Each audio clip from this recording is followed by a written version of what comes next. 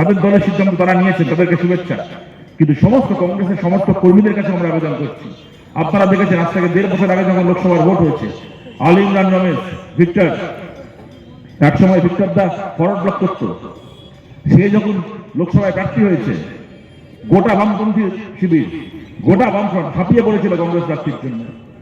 আন্তরিকভাবে আমরা কংগ্রেসের থেকে বেশি দেওয়াল আমরা লিখেছি কংগ্রেস প্রার্থীদের।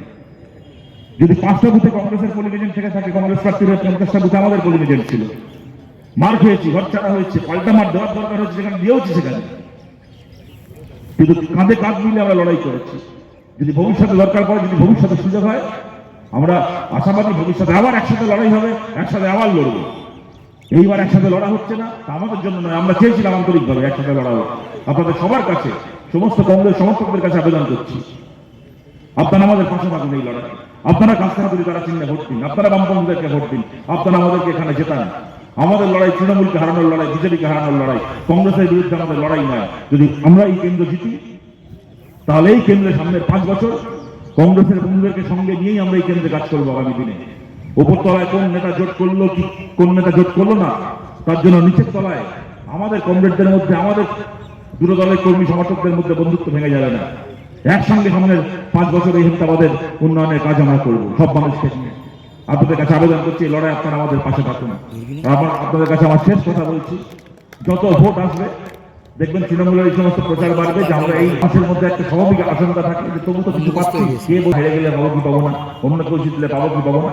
আপনাদের সবার কাছে বলছি, এই সমস্ত সরকারি প্রকল্প ভাতা, এগুলোর টাকা কোনো মুখ্যমন্ত্রীর বাড়ির আলমারি থেকে আসে না। বহু প্রকল্প ভাতা আমাদের সরকারের সময় থেকে চলছে, অনেক প্রকল্প মমতা ব্যানার্জির সময় শুরু হয়েছে। সরকারি প্রকল্প যান শুরু করাই হোক, যদি বামফ্রন্টের শুরু করা প্রকল্প হয় বা যদি তৃণমূলের শুরু করা প্রকল্প হয়, সরকারি প্রকল্প যেরকম চলছে তেমন চলবে, ভাতা যেমন পাচ্ছেন তেমন পাবেন, আরো ভালো করে সেই প্রকল্প চলবে। কোনো প্রকল্পের একটা নয়া পয়সা কথা বন্ধ হবে না, কোনো চিন্তা থাকবেন না, নিশ্চিন্ত তৃণমূল কংগ্রেসকে হারান।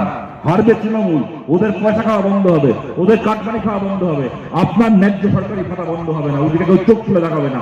আপনার প্রকল্প, আপনার ভাতা আপনি যেমন পাচ্ছেন তেমন পাবেন। নিশ্চিন্ত তৃণমূলের বিরুদ্ধে ভোট দিন। আর আমাদের কমরেডদেরকে বলছি, ওরা যে ভাষা যে বোঝে ওদের সঙ্গে সেই ভাষায় কথা বলতে হবে। যদি ভালোভাবে ভোট হয় আমরা চাই ভালোভাবে ভোট হোক। যদি গায়ের জোরে ভোট করতে এসছে, আমরা বিজেপির মতো কেন্দ্রীয় বাহিনীর ভরসায় থাকতে চাই না। সবার কাছে আবেদন করছি, তৃণমূল যে ভাষা বোঝে ওদের সঙ্গে সেই ভাষায় কথা বলে বুথকে রক্ষা করতে হবে। বুথ জিতবেন তো বাংলা জিতবেন, বুথ জিতবেন তো হেমতাবাদ জিতবেন। নিজের বুথে নিজের পার্টিকে জেতাতে হবে। তার জন্য মামলা মোকদ্দমা থানা পুলিশ যা হয় হবে, ওই যে চিন্তা করবেন না, ভয় পাবেন। এখানে দাঁড়িয়ে বলে যাচ্ছি, লড়তে গিয়ে তৃণমূলের বিরুদ্ধে লড়তে গিয়ে মামলা মোকদ্দমা কেস কামারি থানা পুলিশ যা হবে, বুঝে নেওয়ার দায়িত্ব আপনার নয়, বুঝে নেওয়ার দায়িত্ব আমাদের দায়িত্ব, পার্টির দায়িত্ব। প্রতিটা মামলা মোকদ্দমা কেস কামারির দায়িত্ব আমরা নেব। কিন্তু যে ভাষা ওরা বোঝে ওদের সঙ্গে সেই ভাষায় লড়াই করে হেমতাবাদে আপনারা বামপন্থীদেরকে জেতাবেন। আপনাদের সবার কাছেই আশা রেখে আপনাদের সবাইকে ধন্যবাদ জানিয়ে আমার কথা শেষ করছি। ভালো থাকবেন সবাই, নমস্কার।